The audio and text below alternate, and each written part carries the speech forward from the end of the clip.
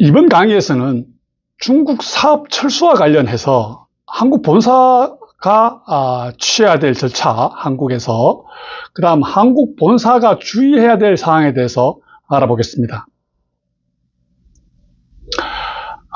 중국 사업을 철수하고 난 다음 한국 본사가 취해야 될 절차, 이건 이제 대표적인 중국 철수 방법이 지분 양도와 청산이 전제로 합니다. 먼저 이 위에 부분들이 중국 내에서 이루어지는 절차인데 거의 유사한 행정 절차가 이루어집니다. 중국 내에서 각종 현지 법인의 변경 등기를 완료, 예를 들어 세관이나 세무국에서 변경 등기를 완료하고, 영업 집조, 지분 양도의 경우에는 회사가 살아있기 때문에 변경 등기를 하고 새로운 신영업 집조를 수령합니다. 시장감독국에서. 그 다음 양도 차익이 발생하면 납세 증명을 세무국에서 발급받고, 그 다음 해외 송금 승인을 받는 세무국에서 대외 지급 세무 비환표를 발급받게 됩니다. 그 다음 외환관리국에서 외환 등기를 변경하고, 이제 회사가 남아있으니까 외환 등기를 변경합니다.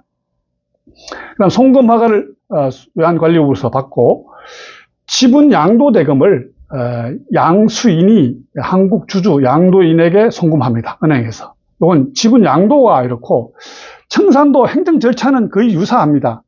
각종 말소 절차를 진행하고, 그다음 세관이나 세무국에서 여기는 말소고 지분 양도는 변경이죠. 회사가 살아있는 거니까.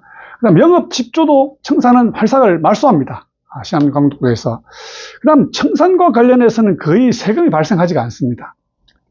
지분 양도의 경우는 양도 차익이 발생하지만 청산의 경우에는 청산과 관련된 청산 소득이 거의 발생하는 경우가 잘 없습니다. 그래서 요거는 없는 것으로 보고, 그 다음 자녀재산을 한국으로 송금하기 위한 대지급 세무 비환표, 요거를 세무국에서 발급받습니다.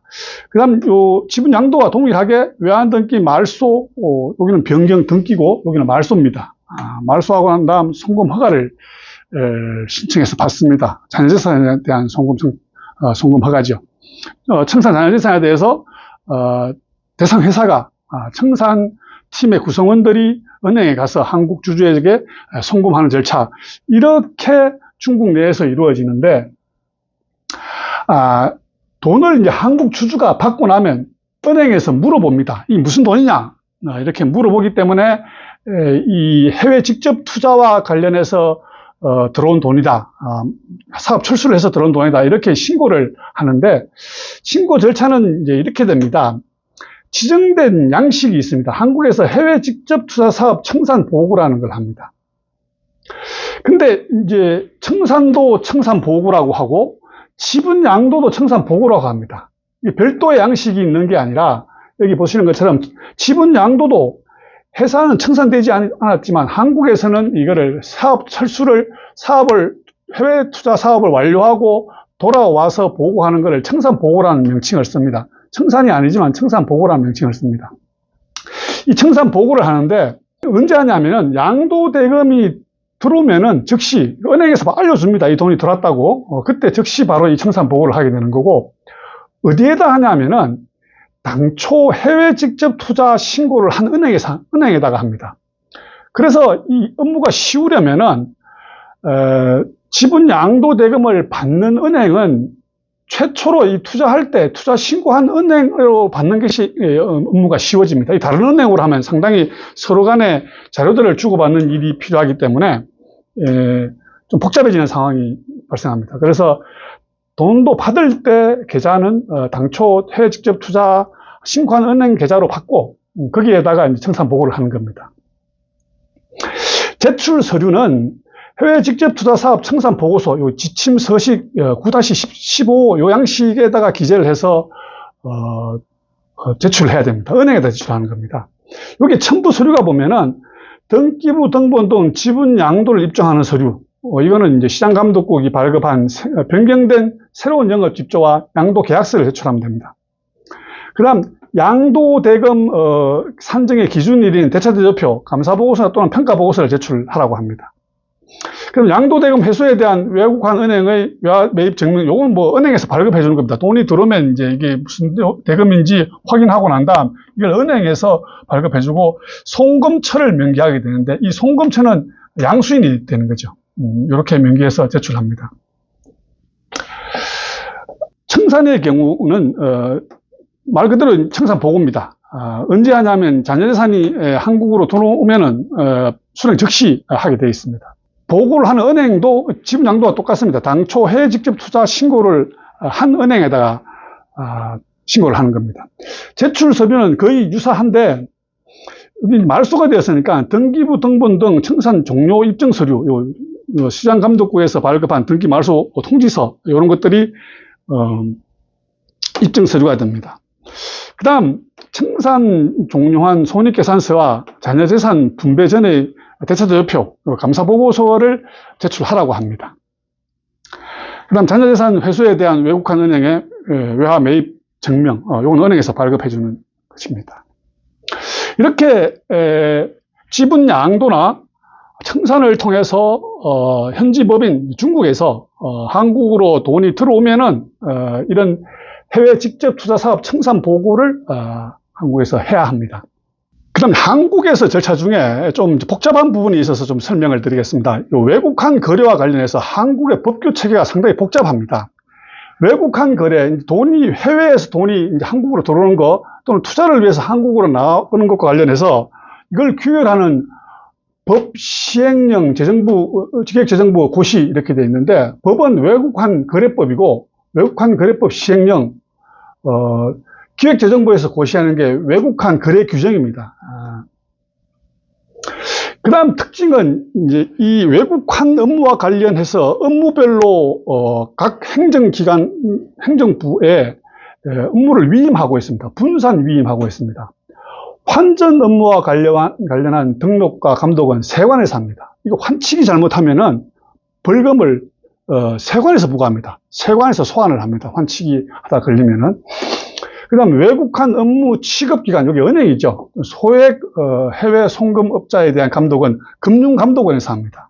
그 다음 외국환 중개회사에 대한 감독은 한국은행 총재, 한국은행에서 하고 외국환 거래 관련 신고 업무는 외국환 업무 취급 기관, 은행에다가 이 위임을 해놓은 상황입니다. 우리는 이제 해외 직접 투자 철수와 관련, 청산 보고와 관련된 업무는 여기에 해당됩니다. 그래서 외국환 업무를 진행할 때 이 업무가 정확한 이제 한국 내 법규와 규정을 준수하기 위해서 파악해야 될 사항은 그 외국환 행위가 외국환 관련 법규의 규율 대상인지 여기 해당되는 것인지 그 다음 하부 위임 규정이 무엇인지를 파악해야 됩니다.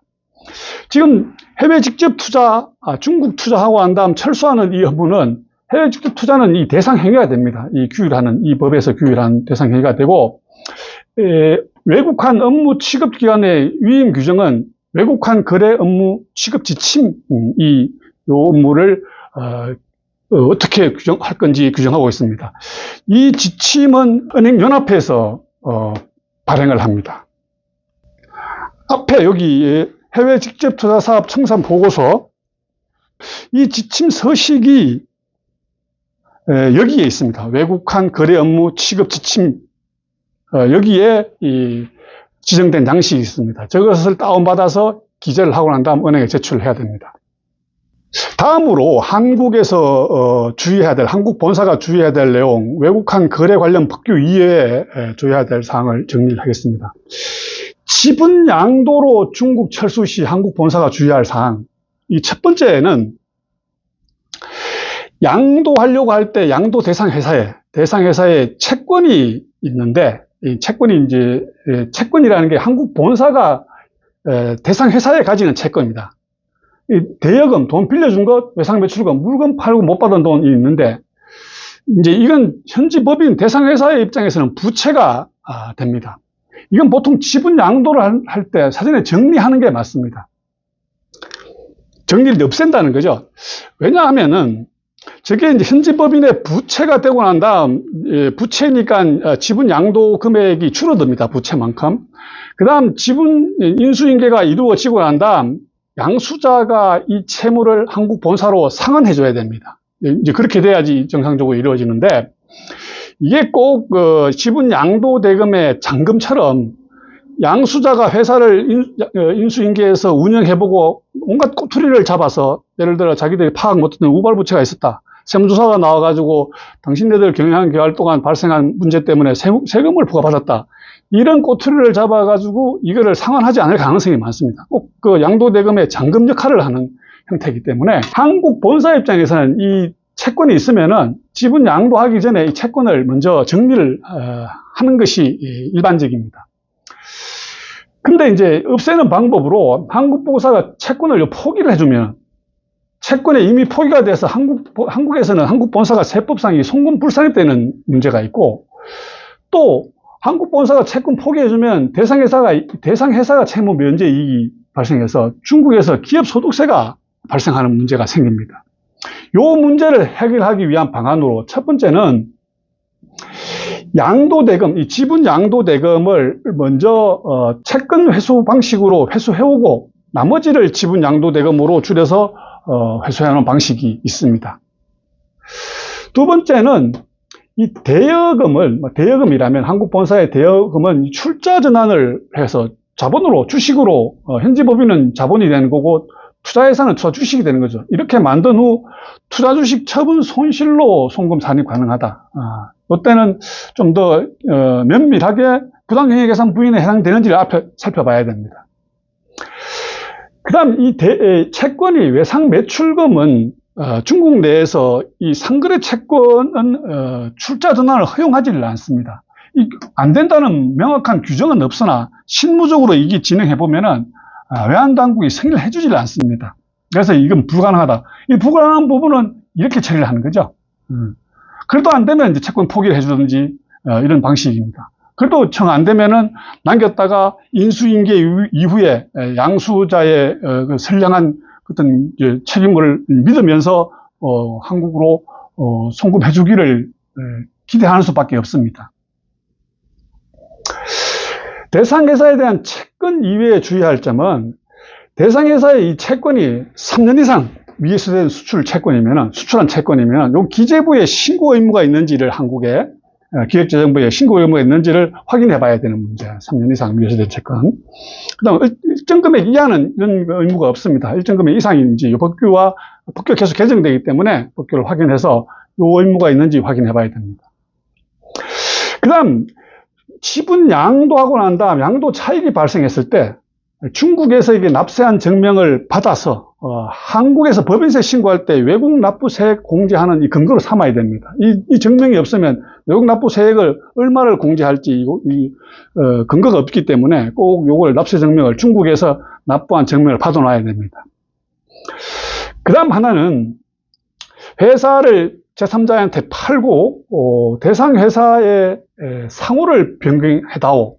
왜냐하면 한국 본사의 유사한 이름을 가지고 중국에 이제 설립을 했기 때문에, 예를 들어 이렇습니다. 삼성전자 같은 경우에 중국의 삼성전자, 중국 무슨 유한회사인데 이 삼성이라는 말을 변경해다오 이렇게 요구할 수 있습니다. 여기 됐는지 이제 확인을 해야 됩니다. 상호 변경이 됐는지 이제 확인해야 됩니다. 이런 걸 이제 확인 안 하면은, 예를 들어 삼성이라는 이름을 가지고 중국의 다른 사람이 이제 중국 내에서 이 회사를 이용할 수 있기 때문에 상당히 민감한 부분입니다. 또 대상회사가 소유하고 있는 상표권이나 특허권, 이게 한국 본사의 소유의 상표권을 허가했거나 또는 중국 내에서 특허를 했거나 이런 것들을 지분 양도 전에 이것을 그대로 넘길 건지, 대가를 받고 넘길 건지, 아니면 사전에 정리하고 넘길 건지 이걸 판단을 해야 됩니다. 다음은 이제 중국에서 이제 청산의 방식으로 철수할 경우에 한국 본사가 주의할 점은, 이건 채권도 이제 지분 양도와 마찬가지입니다. 청산 완료 전에 채권 포기를 선언해주면은 이게 한국에서 채권의 의무 포기로 보아, 특수관계자에 대한 채권의 의무 포기로 보아서 한국에서 송금 불산입되는 겁니다.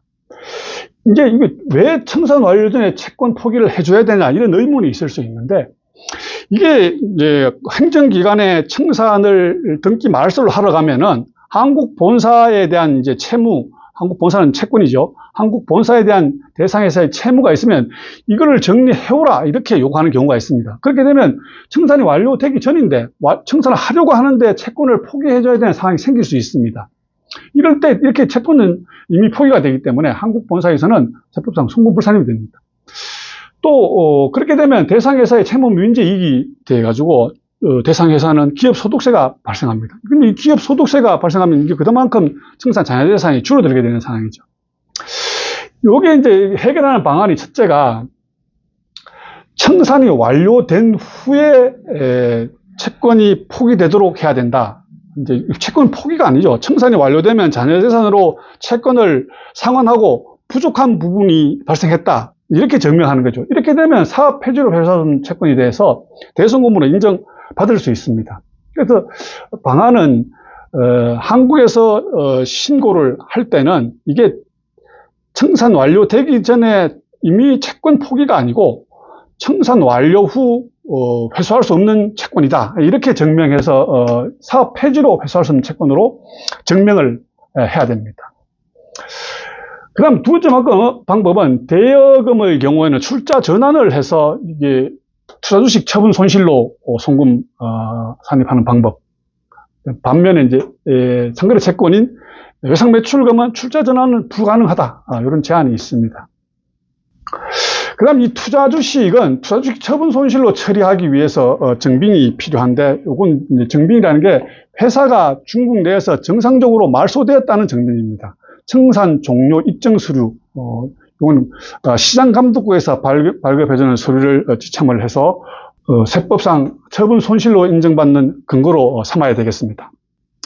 이상으로 한국 본사 절차, 한국 본사에서 주의해야 될 사항을 끝내겠습니다.